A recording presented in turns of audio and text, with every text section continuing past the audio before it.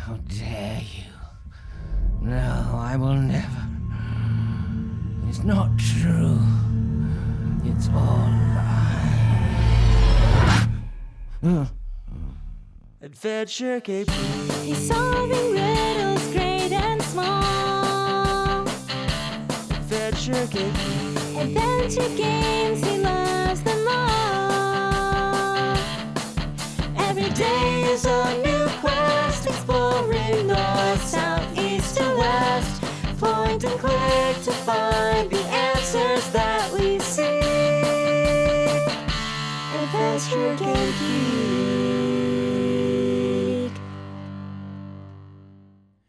Merry Christmas, fellow adventurers! This time I'm taking a break from the old classics and taking a look at the latest Black Mirror game, which is described as a modern reimagining of the acclaimed gothic horror adventure series.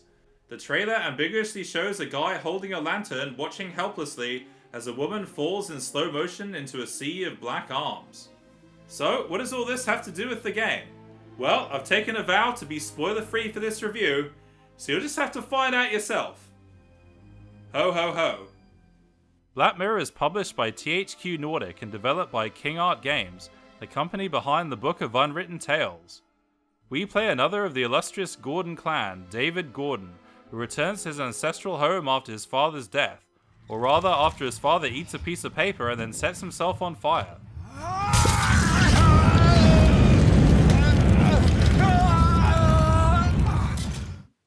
Just another day in the life of the Gordons. Nothing unusual to see here. Finally, we arrive at the iconic Black Mirror Castle, which has been relocated from England to Scotland.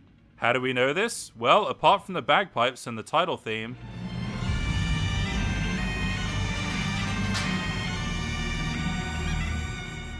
we're also treated to the best Scottish cuisine.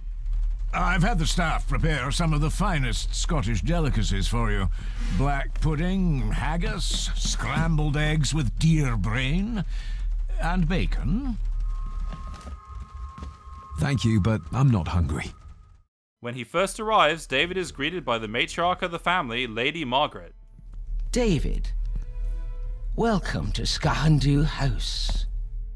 Skahandu? That's an unusual name. Unusual only if you have not bothered to study Gaelic.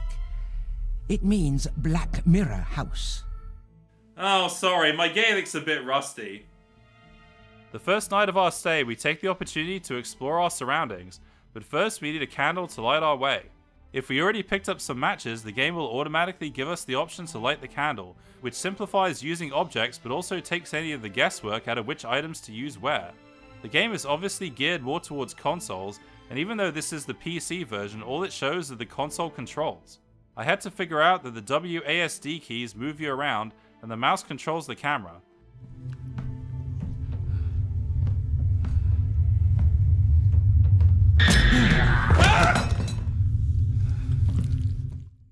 Oh, false alarm, it's just an old man eating some Dick's sticky fish. You are? I'm the one who keeps the house from being covered in weeds. This is a wild guess, but could you be the gardener? His name's Rory, but I like to call him Ken, because he really likes to use the Scottish word for no. I kenned you were coming today. I ken the weather, lassie. I'm nae some bairn. Aye, well, that's good to ken. He's actually one of my favourite characters and has a tragic backstory, which I'm not going to go into because spoilers. Another memorable character is our cousin Eddie, who reminds me a lot of Eddie from Silent Hill 2. Hold on a minute. How dare you come in here and... Told you? Your father was a madman. A complete and utter madman. Don't mind me. Please continue. Browsing the library, we read some familiar works by H.P. Lovecraft and Edgar Allan Poe, who, as we know from The Dark Side Detective, are always arguing over who's the better author, even in death. Here, however, Poe's poem A Dream Within a Dream takes on special significance, as David starts seeing dreamlike visions of his ancestors who haunt the castle. After these visions, he freaks out and you have to calm him down by keeping the pointer inside this circle. This is another example of the console-y controls, along with times when you have to hold the button down for a few seconds, or tap it repeatedly. This makes the game feel less like a traditional point and click and more like an action-adventure hybrid. Sometimes you do get the opportunity to choose between different dialogue options, though as far as I know this doesn't affect the game at all. Sometimes a cabinet is locked for a reason. A cabinet? I don't know what you mean. I'm sorry, I don't know what to say. I don't know anything about it. Yeah, that wasn't really too convincing. So what's all this about a cabinet? Well, Lady Margaret has her own personal cabinet that you can break into and uncover its secrets, which I'm not going to reveal because spoilers. All I'll say is that it's important to look at things from all angles. Solving this puzzle gives us the most important item in the game, a master key. This key can unlock the master study, which holds a wealth of information, including this rather dramatic letter. The ancient evil that inhabits this land has seeped into the very stone of the castle walls, and if you do not tread carefully, it will infect your family. While listening to this, I was imagining the voice actress recording in the studio, and in fact one of the game extras is an interesting behind-the-scenes look at the voice acting sessions. But if I told you what I saw in the chapel, you'd have me in a padded cell, just like my father. But if I told you what I saw in the chapel, you'd have me in a padded cell, just like my father. This is just one example of the inner monologue that goes on in David's head, which gives us a deeper connection with him as we're privy to his inner thoughts. Oh no, you are a stranger to these walls. And I have a feeling you prefer it stayed that way. David is not the most cheerful chap. In fact, I don't think he smiles once throughout the entire game, even when he steps outside into the light.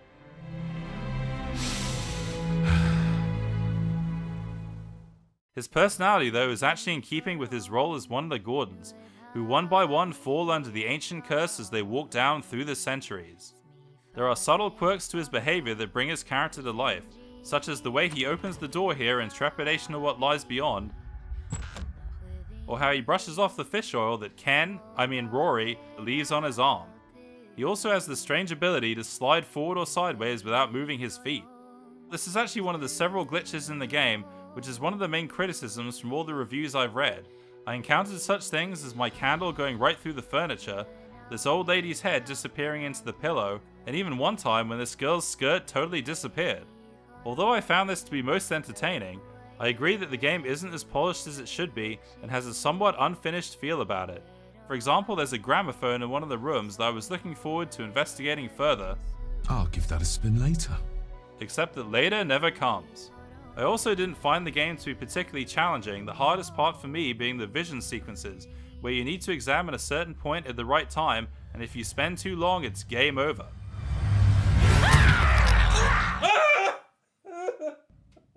Despite these flaws, I found Black Mirror to have a compelling story and enough to keep me playing into the wee hours of the morning. I love the way it plays with light and shadow to create a dark and brooding atmosphere, and there's a certain beauty and heroism to David's journey from reluctant visitor to facing the echoes of his past.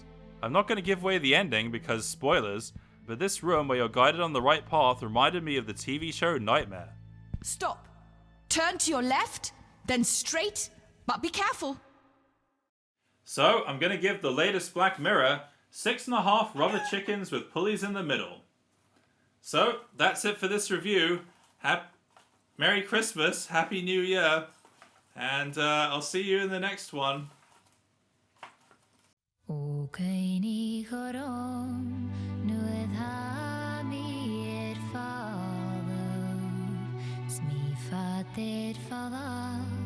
Sen